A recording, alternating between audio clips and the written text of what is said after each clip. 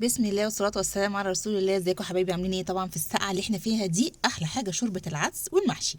فاحنا النهارده هنعمل شوربة عدس، ومعنا بقى طماطميتين كده مقطعينهم وجزرتين نقطعهم، ممكن تبشريهم كمان يبقوا اسهل ويتسلقوا اسرع. ومعانا عدس اصفر جميل غسلينه كويس عشان خاطر ما ينزلش يبقى فيه في اوقات تراب او حاجة.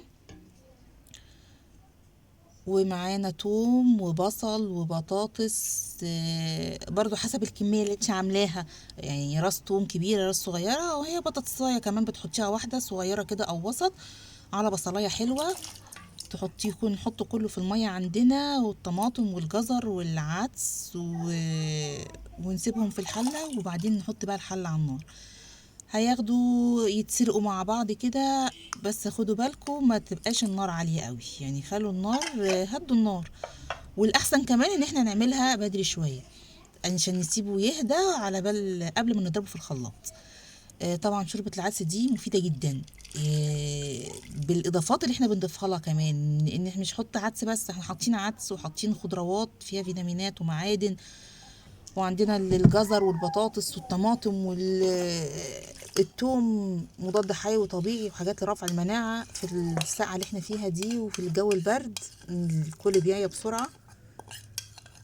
معانا حطينا الاضافات بتاعتنا كلها على بعضها في الحلة، فعليهم مية. هنقلب بتقليبه كده خفيفه عادي، ان بس ان هما يخشوا في بعض، او ما تقلبيش مفيش مشكله يعني. انت حطي على النار بس على طول، وهي هتشتغل مع نفسها وهتاخد وتدي وتغلي وتتسلق. بس زي ما قلت لكم على فكره، انتوا لو البصل مش البصل، سوري، الجزر والبطاطس ممكن تعملهم حجم اصغر من كده، هياخدوا وقت اقل في السوى، لان العدس ما بياخدش وقت جامد في السوى. طبعا ما تغلطش الغلطه بتاعتي دي، انا الحله كانت مليانه على الاخر وغطيتها وسبتها وما ركزتش، كنت بعمل حاجه تانية، جيت لقيت العدس فار ما شاء الله وغرق البوتاجاز. قلبناه، بصوا العدس استوى، بس لان هو بقاله شويه برضو، فكان الجزر برضو استوى. هبتدي بقى ان انا اضربهم في الخلاط، بس المفروض تسيبيهم يهدوا عشان الخلاط ما يحصلش فيه حاجه لا قدر الله. في حلة بقى نضيفة تانية بنحط شوية زيت، يسخنوا بس كده حاجة بسيطة، نحط عليهم الشعرية ونبتدي ان احنا نقلب في الشعرية عشان ما تتحرقش مننا. بنقلبها يعني ايدك تبقى فيها، نار وسط.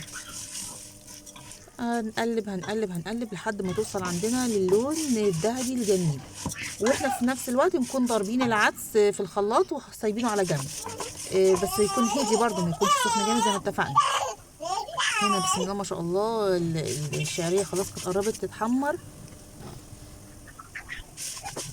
قلب تاني الشعريه، واضح ان انا طولت في تقليب الشعريه. قلب تاني الشعريه، يلا الحمد لله حطينا العدس. نحط بقى العدس ونقلب العدس. بعد ما نحطه يا جماعه نهدي النار، يعني ما توطاش قوي بس ما تخليهاش عاليه، خليها وسط، لان العدس بيتلسع بسرعه من تحت. فهدينا النار وبنحط التوابل بتاعتنا، تحطي ملح، حطي مرق دجاج، لو عندك شوربه زودي شوربه ما تزوديش ميه. طبعا العدس بنزود شويه ميه، ومرق الدجاج ما فيش ميه في شوربه خير وبركه. شويه توابل، وهنا بقى العدس كان حطيناه في الطبق، وشويه عيش محمص بقى، عيش بلدي جميل بتاعنا المتحمص، وكلي احلى عدس.